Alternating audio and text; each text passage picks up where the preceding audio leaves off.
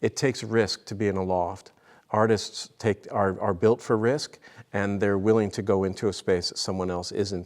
Hi, I'm Michael Joy. Welcome back to another loft reaction video. I'm still not satisfied with that title. It's kind of these loft commentaries. If you've seen some of our videos before, you know that I'm a loft guy. Actually, I'm an art guy. You know, I had set up maybe 10 to 15 art studios, and a couple of them were in lofts, and I took pictures of a lot of that stuff, so we'll try to bring some up. This video is going to be a little bit different. This was sent to us by a viewer, and I had discovered this young lady, Jane. Please support her channel, Interior Insights. And what I like about the spaces that she goes into, at least the ones that I've seen, is that they're actually true artist lofts, and they look like they're working lofts. The for sale loft videos that you see here in the United States and New York stuff, they're neat, but they're soft lofts. They're kind of soft boxes. Some of them are built out, some of them are not. They take a certain level of money to even get into a point of entry there. And these other lofts here that I see, I wouldn't say they're inexpensive, but I would say that they've been occupied for a long time. And it's what I call a tuned space. And when a space, an artist's space becomes tuned, it's in tuned with them, it's in tuned with what they favor, what they collect, what they enjoy being around. And it's not just because they have a space for social enhancement, but they have a space that they want to work in, they want to create stuff with. So you ready, Posh? I'm always ready. Okay.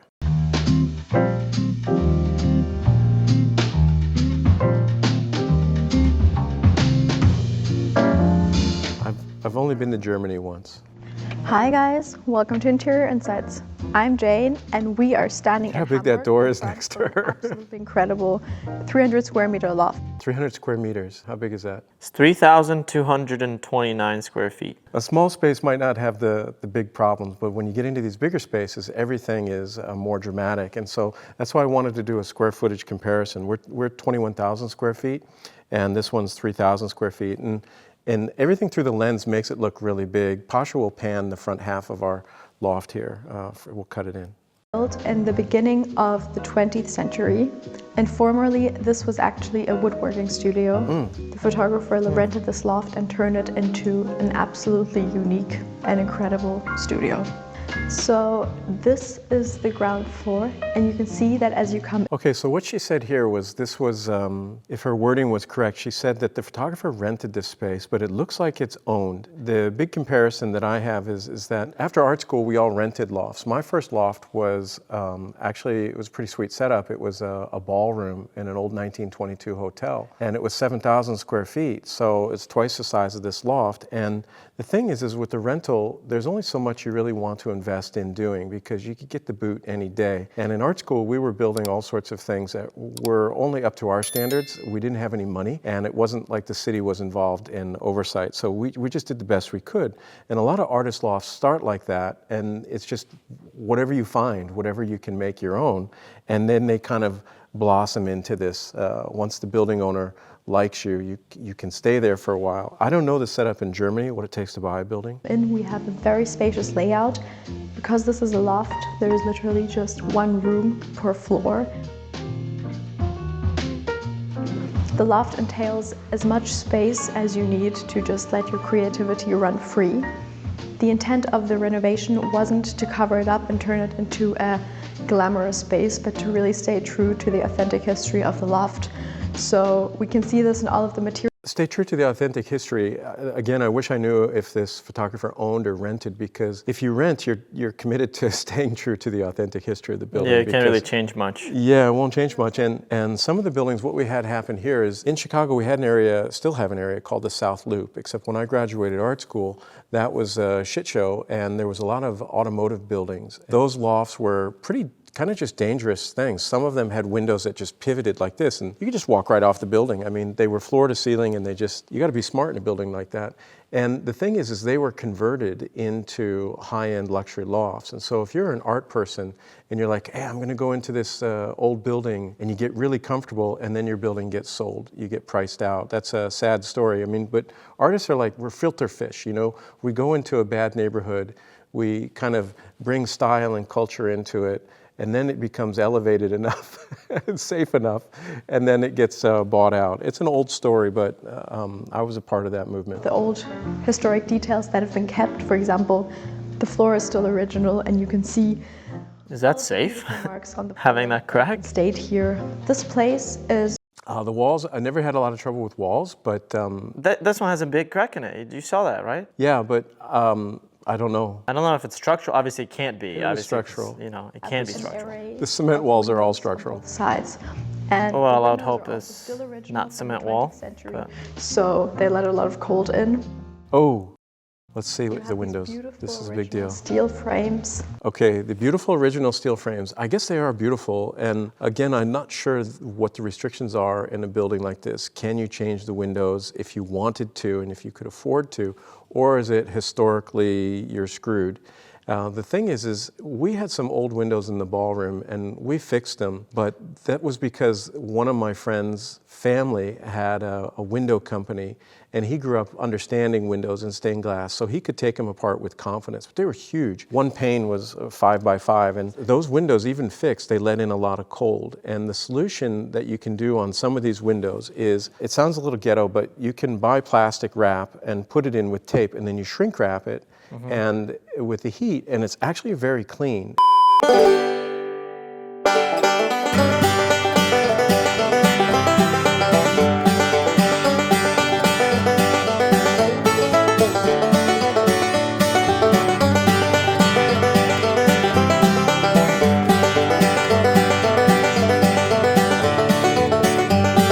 We cut down our cost on the heating the loft tremendously with that plastic. A more permanent solution in a historic district is you put a window inside of your window. Maybe you can't change the outside window, but you can throw something on the inside. And the other thing is we used to fill gaps with all sorts of stuff. In the States, we have something called peel and seal. It's like a silicone that you can put around and it's temporary. A putty-like product that comes in a roll and it can be applied anywhere that you have a draft on a window or a door.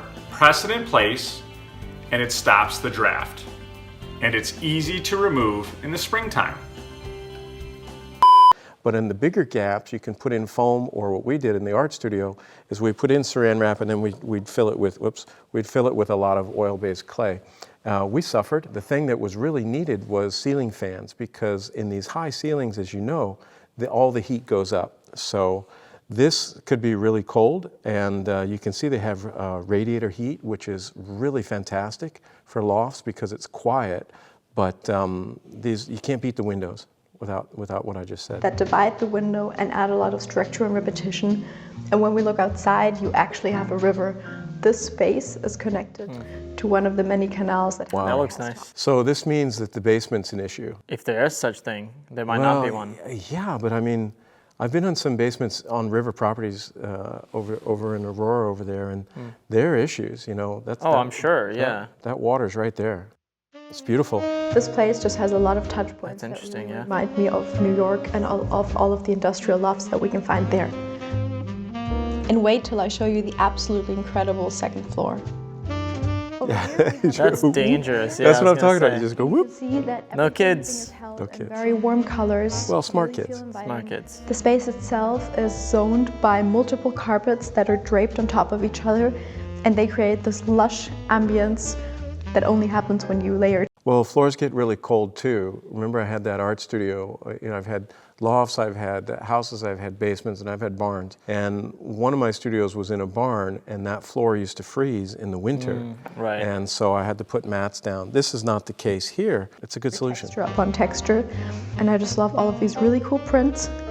Two deeply orange colored sofa chairs were Very retro. placed next to each other, and they just create this very vintage 70s atmosphere. I cut away from that. I think this guy lives here. His storage looks really heavy and permanent. Yeah, you saw that in the background? Space. I'd say they've been there 20 years. Behind me, we have the only wall that has not been covered up by new plaster or paint, and you can just see its history.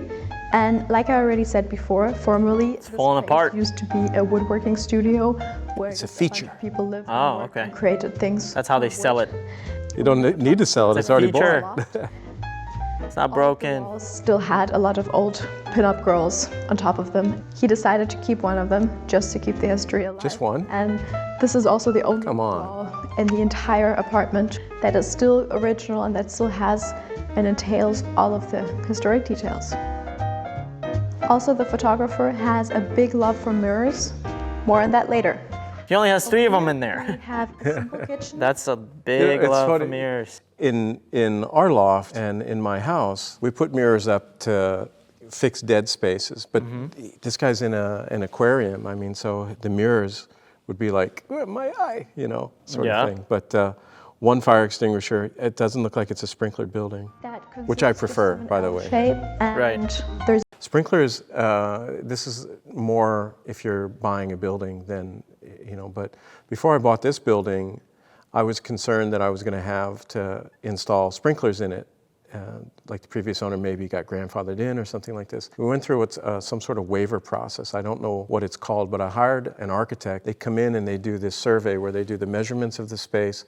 They take into account what the building's made of, how far the fire hose runs are going to be from hydrants and all this sort of stuff, because I said I'm not going to buy this building if I have to put sprinklers in it for $150,000, $200,000. And I don't even like sprinklers. I have sprinklers at another one of my buildings, and it just gives me the creeps, that it could just go off any time. Yeah. And also you have to do a certain amount of maintenance with those. They come in, they flush them, they do all this stuff. And the less people messing with those, the better. And also the sprinklers is a wet system and a dry system. And you have a wet system, and I mean, boom, it's like oily water that comes out and puts out your fire. And if you have one that's putting out a fire, that's great. But if you have one that some yo-yo just knocked the sprinkler head, you got all this oily water. So sprinklers are a big deal. a bigger kitchen upstairs. But yes, whenever there's photo shoots here, you Oh wait, have space to there's more. There's stairs. I know. drinks or to prepare some food, and we can see that everything is just thoughtfully manufactured and with great attention to detail.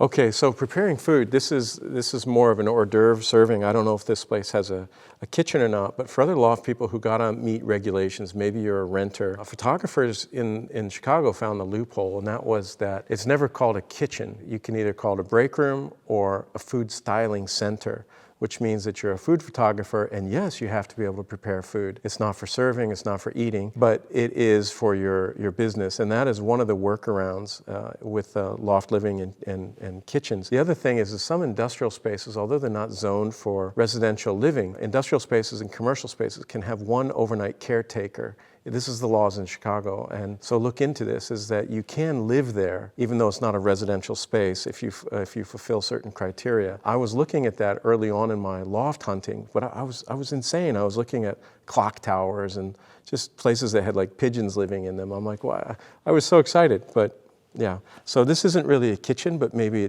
we're getting to it. Now, let's go upstairs. Oh, but before we go upstairs, this woodworking bench really also is original and is one of the benches that used to belong to the great. former woodworking studio. Those are spendy now. So this pair of stairs was also built by the architect himself. Before he built these stairs, you actually had to... So the stairs look old, or it's just reclaimed wood. And for me, if I was building stairs, I would like to make them as wide as possible. But there could be very key structural reasons that it's that narrow. But for me, I like to have a space to carry things up. We'll show some pictures of our staircase, which was in place. We just revitalized it a bit to make it look nicer. And the other thing is in one of my other buildings, we found a closet that was boarded up behind a wall, and I needed to take 500-pound silicone, 55-gallon drums of silicone to the basement. And so what we did is we opened that closet and I put a lift in it. And I didn't have a lot of money, and so what the lift was basically a battery-operated pallet jack. And so we took it apart, we put it in the basement, and then we had this hydraulic lift that we could raise and lower things with. And I've seen other industrial buildings that don't have elevators, because those get a little dodgy, they're hard to take care of. And you can cut a hole in your floor and you can lift a platform up and down. And that's great for couches and refrigerators and things like this. That's if you own the building. Lifting is a big deal. to go outside and go up different stairs. It's a narrow stair. It probably went between the So joists. this You know? narrow space upstairs really just connected the top and the bottom floor and turned it into an open space apartment. So Oh, The it's an cameraman. apartment. upper floor. It's like, nope. And this space consists of one 160 square meter gigantic room. But Oh, so there's before more I turn back space. to It's you, another 1,500 this square is the mirror feet. cabinet that I've been talking about. So the photographer has a great passion for Oh, collecting a there bunch of they different are. things. Well, this is great for Mirrors. portraits. Yeah. You know, in the whether it's his collection or it's actually a functioning set, it's good for signature portraits. I like it, and I like that they weren't afraid to put a window in a room. I'm going to talk about that in a minute. And he started collecting these antique mirrors that have a curve in them. And he Until turned you this move, place this is into great. a majestic Collecting's Yeah. all fun until And we can see that I'm going through that right the walls now. are painted indigo blue, and you just have all of these gold circular shapes. It took me on 2 top years of to them, and unpack it's here. just an absolutely fabulous Wow. moment.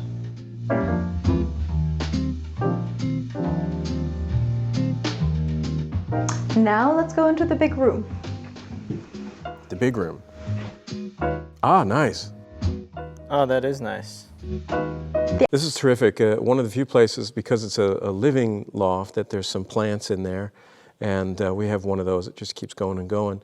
The other thing is I do like the color scheme here, this gentle mint. It's a quirky color. You wouldn't see that in too many places, but it looks great. It looks like it's a hydraulic lift.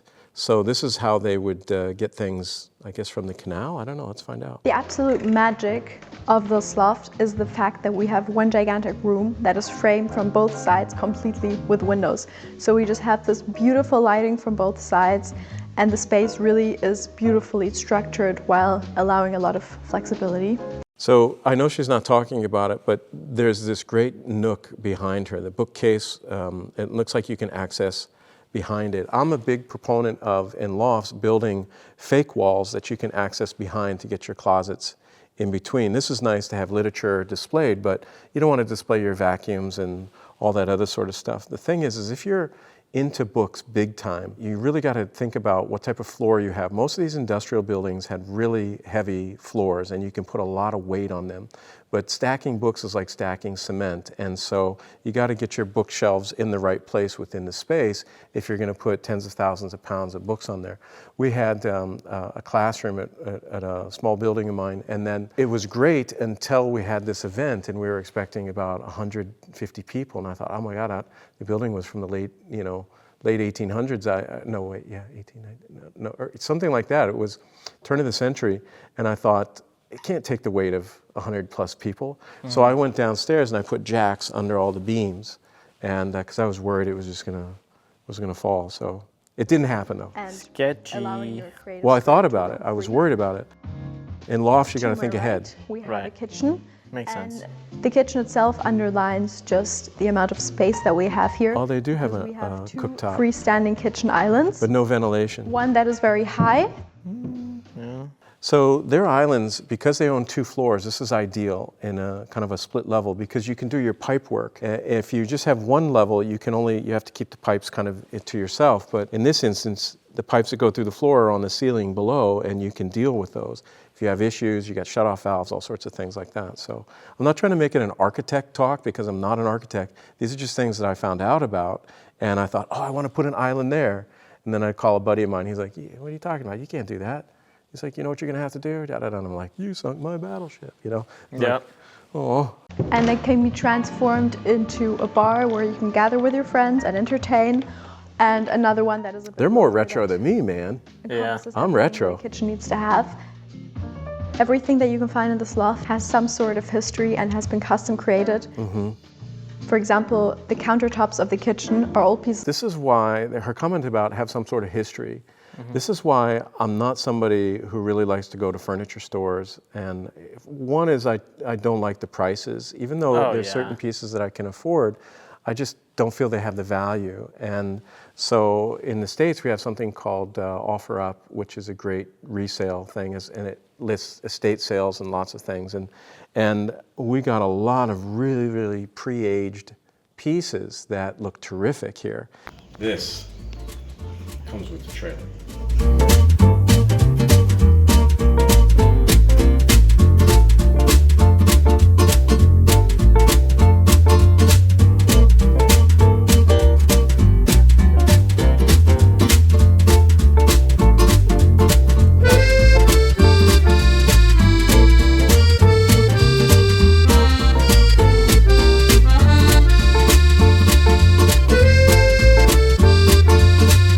the way to go. You got to have a big car or a trailer though to be able to, if you have those two things, you'll win on all the sales because everyone else says, oh, I want that couch, but then they can't get it home, you know. Right. You can't hire movers. And Pieces of flooring that have been glued together and turned into something unique. And you can just see, again, the attention to detail and just the creative approach which this loft has been designed. While all of the historic details have been kept original, you can hear the creaking floor and you can see, again, the structure that is holding up this building with all of the columns that really frame this big. if you look at those chairs, I've mentioned it before, some chairs are fancy styles and you don't want to mess with them, but if you have really nice wooden floors and you have an office chair and you want to put a rug under it, either you're going to ruin the rug, and nice rugs are, you don't want to do that, or you can put the rollerblade wheels that we've talked about. They're 16, 18 bucks for a set, and they'll make your chair not mess up the floor. You can see where the desk used to be, where it's all worn. Yeah. And they moved it over. So also your floor will cup. Spacious. It looks great. We even still have some historic details from the old woodworking studio. For example, this metal beam on top here works kind of like an excavator, and it's just perfect whenever Escalator. the photographer has a photo shoot here, because the metal beam goes all the way to the outside, Yeah. and you can just like leverage. We have one of those little motors for our chandelier in the stairs. Right. Yeah, that's true. Because we had to build this like 3-4 story, I don't know, it was huge scaffolding, and it was like, Yeah, I saw pictures. and then I'm like, I'm never going to be able to change a light bulb. So Harbor Freight. Sofas. It was cool, but it was a project to get that. Yeah. Take the old chandelier down you and wouldn't find in a normal space like this. Over here is kind of a lawyer's area. You have a very big table that is framed by There's lawyer. black Eames chairs, and we actually have a bunch of different Eames chairs here, and it's just really cool. For example, over here we have the lobby Eames chair, and you just have this very lush and comfortable atmosphere. So it's whenever you're working. it's definitely a working loft. It looks more work than home. I would say you Another could stay thing that I overnight actually there, didn't know but is that so far I'm formerly not seeing the these I live here part of big it. Tresors always had 2 keys, so that both owners or 2 people were always needed to open it, so that not one person could just rob the other person. And this is why here we have 2 historic keys. So when I was first looking for lofts, we had to build our own bedrooms. We had to put in a kitchen. We had to put in the bathtub. It was a commercial. It was a ballroom, and so nothing was set up like that. It was just a big open space. It was a grand space, and at the beginning, I was really willing to just do anything it took to be in that space. And then gradually, it was like, oh, do I work here more or do I live here more? And that turned into conflict with my roommates because they kind of wanted to live there more, and I was working there and had clients, and so we have some stories about that. It's funny, but it was difficult. And if Chris came home late and he got up early, I'm with clients, he comes out in his underwear, I'm just like, oh, this is not going well. Maybe if you worn a robe, could have been better. I think what happens is for someone to choose a loft at a young age and then stay there for 20 years, that's a big deal because, I don't know, in the States we move around a lot more than people in Europe, I think, because it's prohibitive there. What does that loft become? This space has already changed a lot just in the X amount of years that we've had it here. So I don't know what this space is now. And I think that is really cool. Another thing that I really love I wouldn't want to is live like the this fact now. That on the Yeah. side of the loft we just have one I got gigantic soft, cabinet You saw my house. that again mimics these vintage Got cabinets, comfortable. or it kind of reminds me also of. No, I got married. That's too. Well, So, that's and being comfortable. Katya, she has a different opinion about this kind of space. Compromises not- have to be made. You have to be a certain type of couple to live in a loft together. It's just, you both got to be on board with the adventure of it. If one person is a very, I don't know, kind of professory type and proper, I don't even know how to describe it, but there's a certain type that the retro and the looseness of a loft isn't going to work. The imperfections of a loft isn't going to work. There's some people that are like, I can see paint strokes on the molding. Like, you're not a loft person. It'd be like living in a car crash. There's just different preferences for different people. Yeah, And- yeah. Yeah. But the thing is to a person who wants a really nice space, before they live in a loft, they can think, oh, I really want a loft. And then they go, oh, I didn't want a loft. I didn't know it was going to be whatever, drafty, cold, noisy, things like this. And that's kind of why these talks are about this, because in New York, they sell the allure of a loft. But then I think when people live there, they're like, Yeah. lawyer's office. And you just have these very industrial shelves. And I like this more than the New my York favorite lofts thing by about far. loft is This the has way heart that and soul. lighting has been It definitely used does. to create accents because we have such a big space. It's not as minimalist either. Like it has like 10 or 20 different sources of More light things. that stand here and that illuminate the space and that just create this absolutely unique ambience environment. I don't see curtains. Just on There's this a side of pull the for wall, some. we have 3 different or even some 4 blinds. different lights that illuminate the wall. Oh, they have They're blinds. blinds, Creating yeah. a space. It's really all about lighting and using different sources of lighting to create an atmosphere of play and fun. Even though the space is an open plan living concept, you still have a very classical layout that orients itself on the axis in the center of the room. Over here we have the living room area that is marked by 2 sofas that are facing each other. And to take the seriousness out of the design, we have a bunch of vintage pillows that are knitted. I didn't and think that there was just have a lot of seriousness in the very design. That's colorful colors and bring a lot of fun into the design. So they have right over here.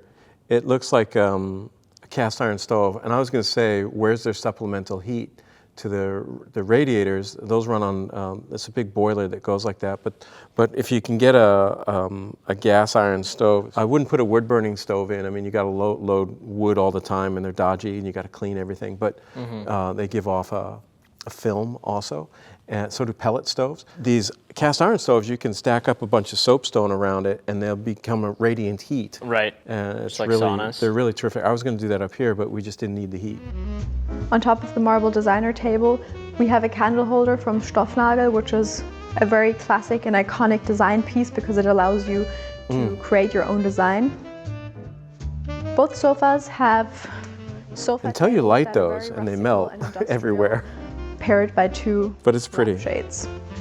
You know you're in the space of a very creative person when you see the amount Oh, it is a stove they use. Look, it's that are vented. just being kept here. Behind her. Whatever direction you look, There we just go. books I saw that. Usually they would have more, I would have put more. A difficulty when designing this loft. And it's a was wood-burning that stove because too? we have Wow. So many windows. That's cool. We actually don't have that many. That's a empty hassle. walls Yeah, to but put it's shelves cool. And to store things. It would smell This is neat. why the photographer had to come up with a creative solution.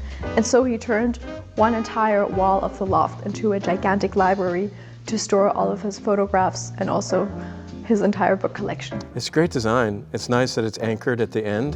And later, on the opposite side of the loft, I will show you even more creative storage solutions. And over here, we actually have an old artwork of the photographer. He had a series where he stacked a bunch of different objects on top of each other. Does that remind you of your art school experience? It's very, very Duchamp or man, just you know. see that It's it's not about being perfect, but it's really just about collecting and staying Yeah. true to who you are and your interests. For example, here we have a lot of They're different textures, you globes know. that are just being so the thing Just is globes. Just yeah, like 1, 2, 3, 4, 5. the thing is 6, 7, 8. it's staged 11. for now, but you wouldn't want to put anything on a radiator when they're working. We used to put towels on the radiators for our cats. You know, they would be like, Oh yeah, we did the same thing. Yeah, we had a but- box on radiator with a towel in it, and our cat would always just sit there. oh yeah, it's They like love it.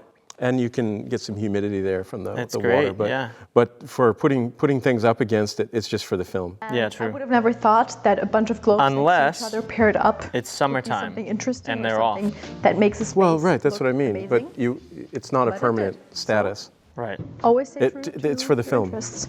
It looks this great. is just a single reminder that whenever you're collecting something, it's always good to pair the things and to create a certain little moment or a certain composition throughout your design.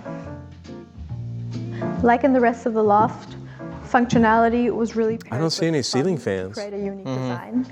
And the same goes for this table. Another This ping pong table. consists of an old ping pong table that was found Jeez. So, but the reappropriation of tables is great. Yeah. As I mentioned, the ballroom, we took out these big stall dividers. They were big marble dividers in the bathroom. And we took out those big slabs and we made dining room tables out of them because it's like, and people were like, a bathroom stall is a dining room table? I'm like, yeah, the toilet paper dispenser was I mean, for us, it was hilarious. I mean, That's awesome though, yeah. we cleaned them, you know, so. Yeah, that makes sense. up on moving into this apartment, and it was kept a ping pong table. At the same time, it's a big, generous table to gather with your friends. And You ever played zing pong? Zing pong is when you put the ping pong table up against the wall. Okay. And so you have you have a second surface. So it's not just the tabletop, but you can bank it off the wall. Okay, yeah. It's like, it becomes like indoor Yeah, racquetball. yeah, it's a new thing that people are doing. Oh, really? Sort of, Chairs yeah. That are surrounding Well, it, and you just again have Old guy this, did it a while ago. this Yeah. beautiful throwback to your school time. It looks great. I like that. Ooh, All new things are well forgotten old things. So anyway. yeah, Throughout that the hurts loft, to we hear, have a lot but of yeah. artworks by the photographer who owns this place. Okay, so now he owns it. He's not, And the same he's goes Yeah. not the for renter. all of these artworks. This is clearly You can see staged. that You know, the no one space just has has its stuff on the own table No, like that. but artistic it's development. a great, That's it's cool. a great Yeah. promo. These architectural photographs.